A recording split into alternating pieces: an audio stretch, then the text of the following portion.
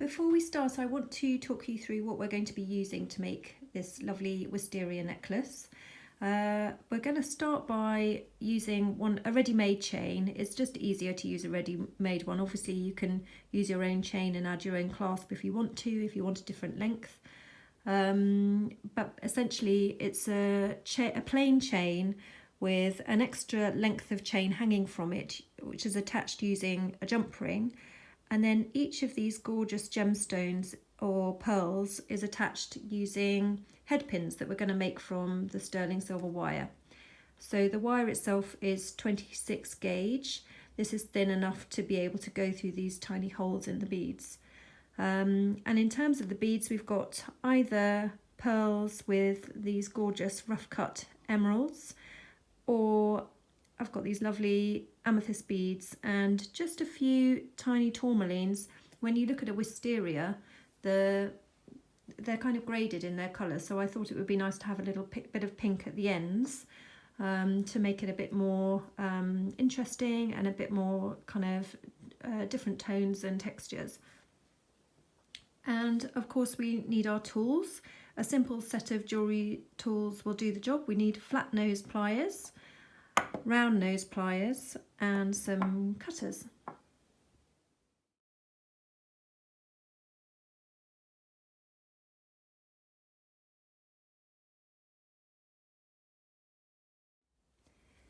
So I have created a plan so that you can follow the exact way that I've made these necklaces. However, you may want to make it a bit different. You may want to put the emeralds in amongst the amethysts. You may want your beads to come up through the chain a bit higher. And the same with the pearls. You might want to mix the emeralds in, or you can omit them completely and just have a pearl, the kind of non-wisteria one. The emeralds are supposed to be the leaves, and you will see in your on the web page that there's a picture of this plan.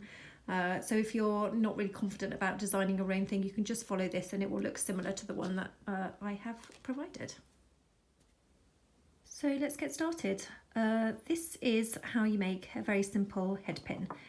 So if you snip about 1 inch of the wire, this is pretty generous. We actually don't really need it to be that long, but it can be a bit easier to work with a slightly longer piece. Obviously our bead is only 3.5 millimeters long, so there's plenty of excess there. Then what we want is just to curl the end round using our flat nose pliers. So the flat nose have obviously a flat nose, we're not using the round ones. Just take the very end and turn it up. So it's kind of flipping up like a crook, and then squeeze it in. And that's pretty much how you make a simple head pin. Squeeze it right in so it's not going to ever come out. And there you have it. That's my head pin. Now the shorter the better, I think, as long as you can curl it up. It does need to be a little bit longer, otherwise you can't get it to go round. Then you can just check that the beads that you have, obviously I know already that these ones fit, but just make sure that they fit on like this.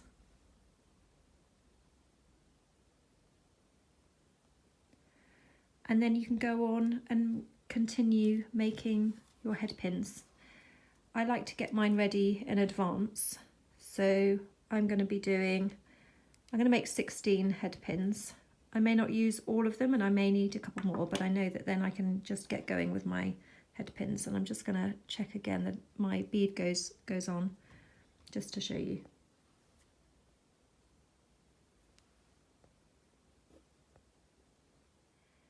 So I've made all my head pins, they're all ready to go. Now if you're making the pearl version, the principles are exactly the same, but I'm going to follow the design of the amethyst wisteria. So take your head pin, and at the bottom of my version I've got a pink tourmaline, so I'm going to start with that one. And I'm going to take my short piece of chain. We're not actually going to use the whole thing. but you just want to get the very last bit. It's easier to use a slightly longer bit than what you're using because then you can hold it more easily. I'm just going to push my head pin through the end of the chain, and I want to show you now how to make a loop so that it stays attached forever. So take your round nose pliers, named for obvious reasons. Just take the head pin between the two prongs of the pliers and hook round the end of the head pin, and before you twist it round itself, make sure the chain is at the end of the loop. Then put your pliers in between the chain and the bead, and you've got the bottom of the head pin here, and we're going to turn it round the top of the bead. I'm going to do it twice. This means it's nice and secure. Maybe I'll go around one more time. Ooh. So it looks like this, and now I just need to snip off the excess. When you're snipping off the excess bit, you have to be very careful not to snip your chain because sometimes it can get in the way. So I've cut that off, and I'm going to use my flat nose pliers, oops, I hope you can see okay, to squeeze in the very end bit. It's not sticking out too much, but you don't want it to be scraping your skin. So there, we've started. And now I'm going to get my next head pin and moving on to the amethyst beads. Attached my amethyst bead to the head pin like this, and I'm going to move my way up the chain. So I've got my first one on the bottom rung, and the next one I'm going to push it through the next link of the chain, and I'm going to do the same again. So take my round nose pliers, hook it round, make sure the chain moves into the end, and then round we go. It needs to be at least 360 degrees. You can always do an extra one, which is what I'm going to do on mine. And then I'm going to snip it off.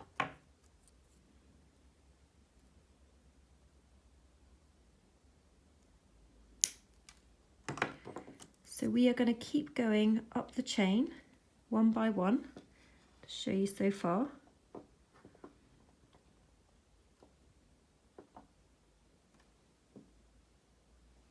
Until we've got to the top part of our plan. So I'm going to stop there, and then we'll go on to the next bit.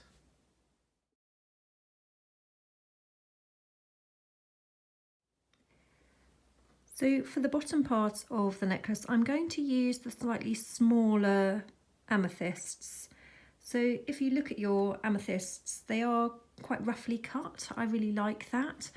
And so it means that some of them have come out larger than others. So I think using the smaller ones at the end where the wisteria tapers in real life is quite a nice way just to reflect that in the necklace. And another point I want to make is this is quite tricky because I realise it's very fiddly, but each of your links is attached to the next one at right angles to the one before.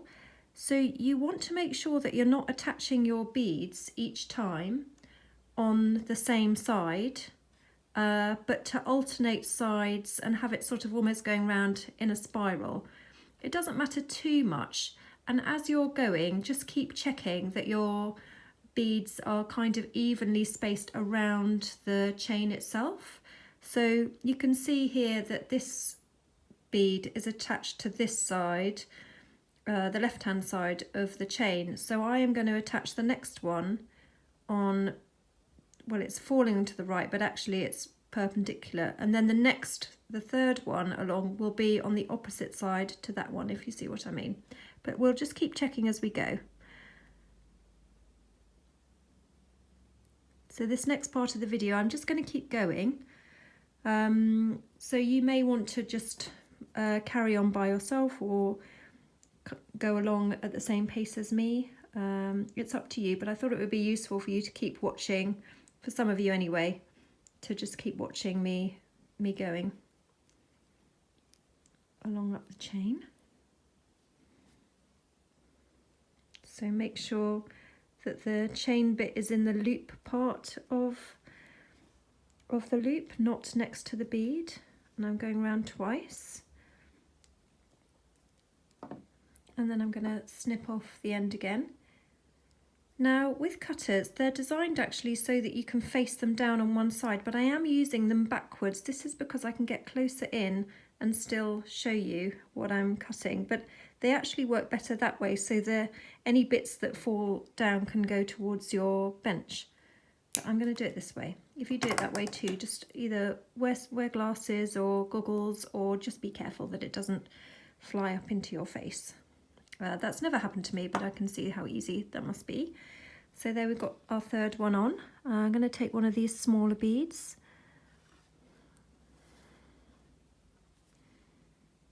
Put it on my head pin. And grab my chain again. So we won't be putting the beads all the way up the chain. It's just, like I said earlier, it's easier, then you can hold the top of it, and then we're actually going to cut it off when we reach the top. So I've got my one is attached to this part, one's attached to this part, so I'm kind of going to incline to do it at the back of that. So I'm going to put my head pin through, and then I'm going to sort of turn it around to make sure that it's on the back part of that link. I don't think it matters too much if you don't pay attention to detail to that extent, but just as you go up, like I said earlier, just make sure that they're not all ending up on one side. So again, moving the chain to the top part of the loop, squeezing it so the chain's on one side and the bead is on the other, and then the bit of wire that I'm wrapping is in between the two, and just wrap it round. So I've gone round twice, it's pointing backwards, and I'm going to snip it.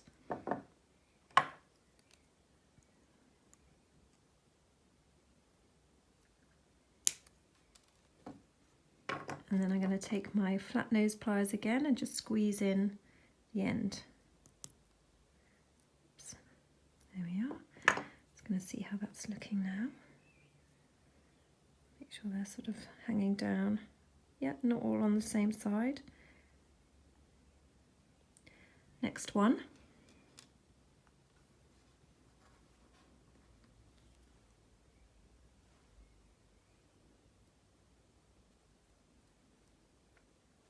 In it goes. So that's on that side. The one below is pointing towards the back, so I'm going to go in the front of this one. Time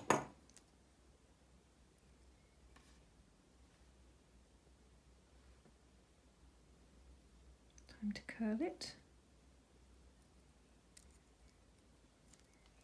Pull it into the top, oops. So I've got my chain in the top side, bead on the other side, and wrapping it round in the middle. Turn it round, snip the end, and tuck it in. I think it's a good idea to snip the end and tuck it in as you go along rather than waiting till the end, because I think it's going to get very fiddly as time goes on with all the beads in the way. So here we are so far. It's already looking quite pretty. So according to my plan, the next one would be a tourmaline. So I'm going to grab a tourmaline. These really pretty pale pink and also quite varied beads. I think what I like most about these gemstones is that they are somewhat varied. There, so that's on. And again, just making sure that it's not falling all on one side. So that's falling to the left, so I'm going to do it on the right side. Through it goes.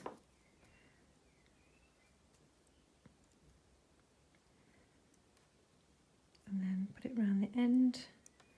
Now I'm making my loops quite close to the end of my pliers. This, obviously, the further up you go, the larger the loop. So you can do it, if it's more comfortable for you to do it higher up, you can. It just means the loops will be larger, but I quite like them being very dainty. Round we go.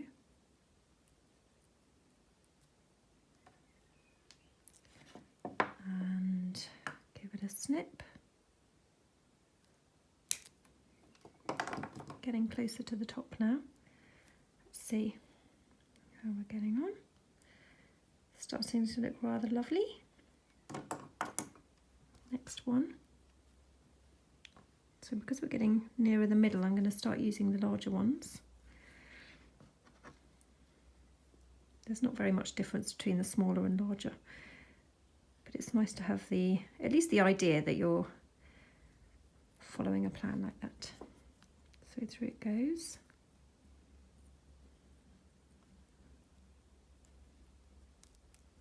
And moving the chain into the top part again.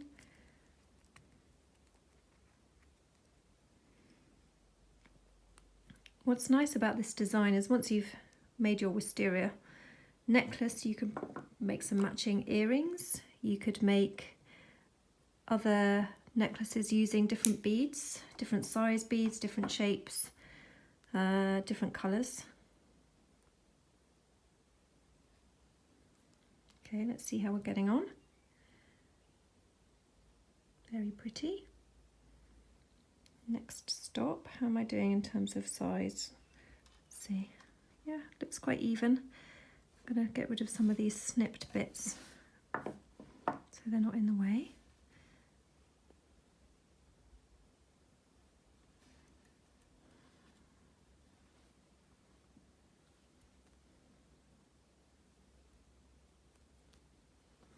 More amethyst before we add the next tourmaline. So that's on the right side here, so I'm going to put it at the back of the next one, so it's going to kind of go. It's a bit more like north, south, east, west in terms of the direction of the links. There's a front and back to each side, and obviously each one is perpendicular to the other. But like I say, it doesn't matter too much. I know if you have older eyes or your eyesight isn't so great, that's probably going to be a bit of a tricky thing. So what you can do, because I've included some spare beads, is if there are any gaps or you feel like it's heavy on one side and not on the other, you can then pick it up later and fill in the gaps with some extra beads or one extra bead. There we are. Let's see.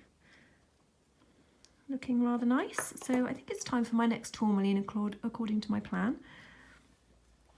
I've got 3 on this one.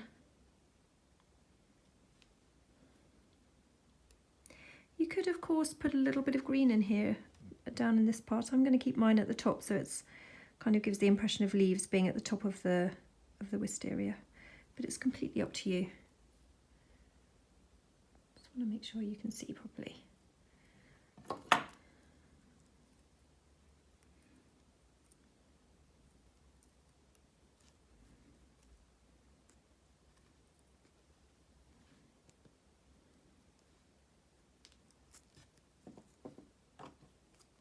And snip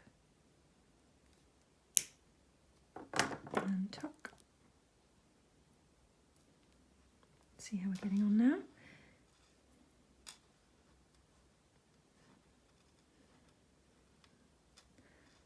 Hard to see which way they're all falling there. So that's looking pretty good so far.